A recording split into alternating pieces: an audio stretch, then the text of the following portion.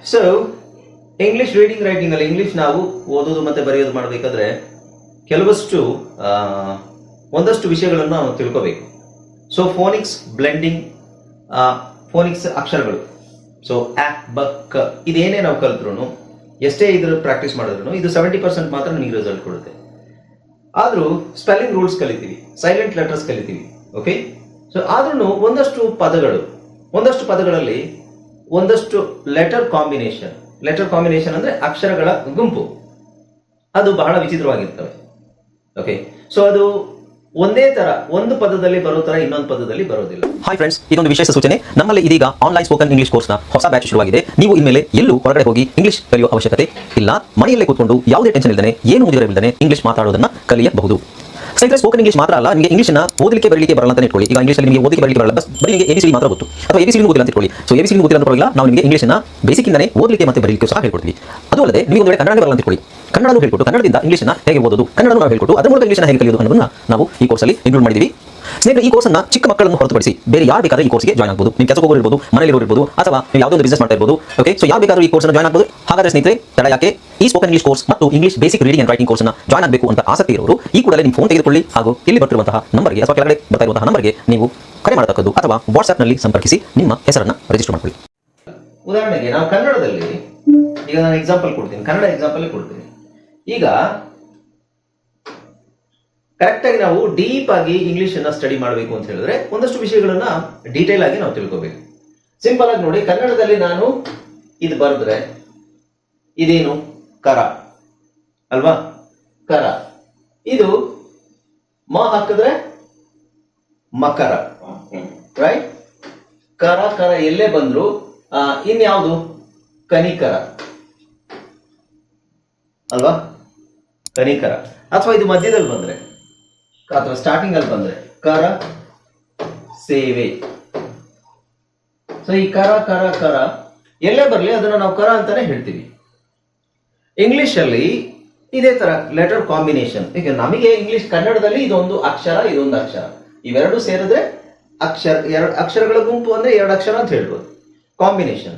But English ಅಲ್ಲಿ ಆಗಲ್ಲ.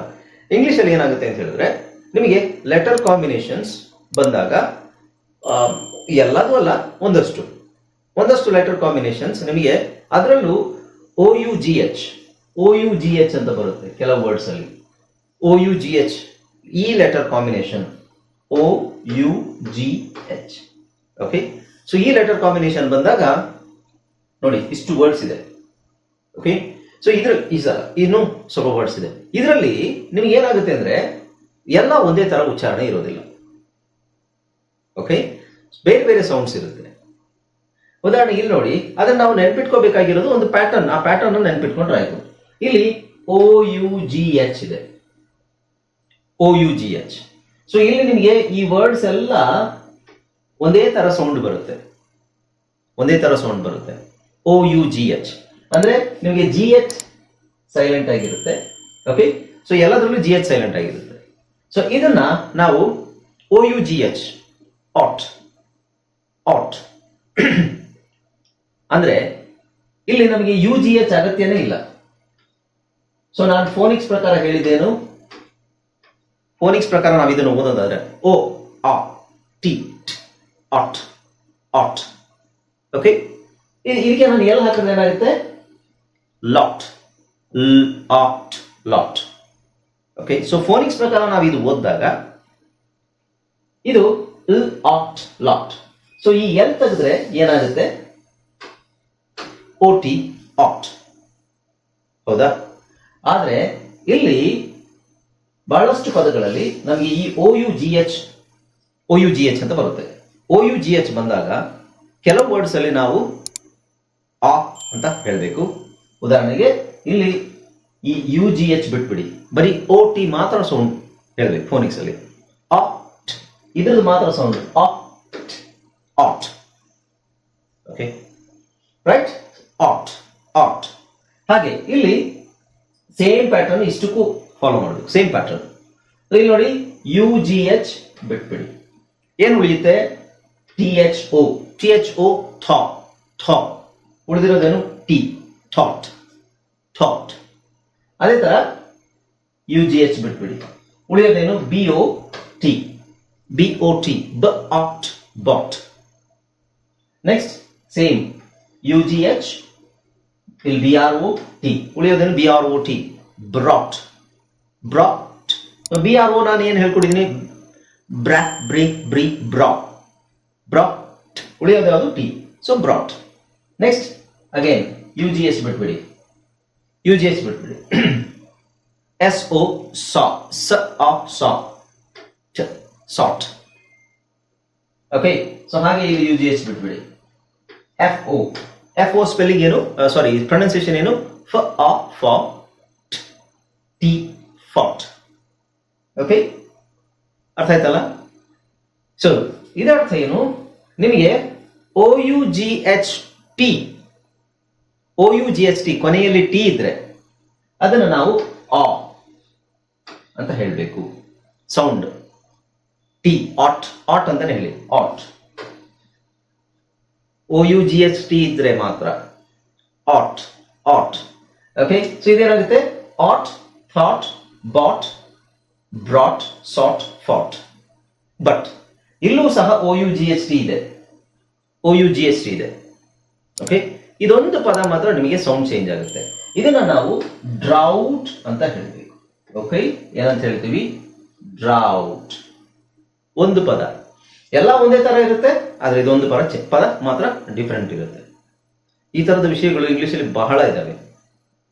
ಇದೆಲ್ಲ ನಿಮಗೆ ಗೊತ್ತಿದ್ರೆ ಇಂಗ್ಲಿಷನ್ನ ನೀವು ಫ್ಲೂಯೆಂಟ್ ಆಗಿ ಓದೋದು ಬರೆಯೋದು ಮಾಡಬಹುದು. ಓಕೆ, ಇವಾಗ ಗೊತ್ತಾಯ್ತಲ್ಲ? ಸೊ ಇವೆಲ್ಲದರಲ್ಲೂ ಒಂದೇ ತರ ಬರುತ್ತೆ, ಆಟ್, ಆಟ್, ಆಟ್, ಆಟ್, ಆಟ್, ಆಟ್, ಔಟ್. ನೀವು ಇದನ್ನ ಪ್ರಾಕ್ಟೀಸ್ ಮಾಡಬೇಕು. ಓಕೆ, ಸೊ ಈಗ ಇದು ಆಟ್ ಅಂತ ಆಯ್ತು ಸೌಂಡ್, ಇದೆಲ್ಲದು ಸೌಂಡ್ ಆಟ್, ಆಟ್. ನಾವು ಅದೇ ಒ ಯು ಜಿ ಎಚ್ ಇಲ್ಲಿದೆ ನೋಡಿ, ಸೇಮ್ ಕಾಂಬಿನೇಷನ್ ಇಲ್ಲಿದೆ, ಒ ಯು ಜಿ ಎಚ್. ಸೊ ಇಲ್ಲಿ ಬಂದಾಗ ಇದೇನಾಗುತ್ತೆ, ಈ ಒ ಯು ಜಿ ಎಚ್, ಇದರಲ್ಲಿ ಬರೋ ಒ ಯು ಜಿ ಎಚ್, ಒ ಯು ಜಿ ಎಚ್ ಇದೆಲ್ಲ ಏನು, ಓ,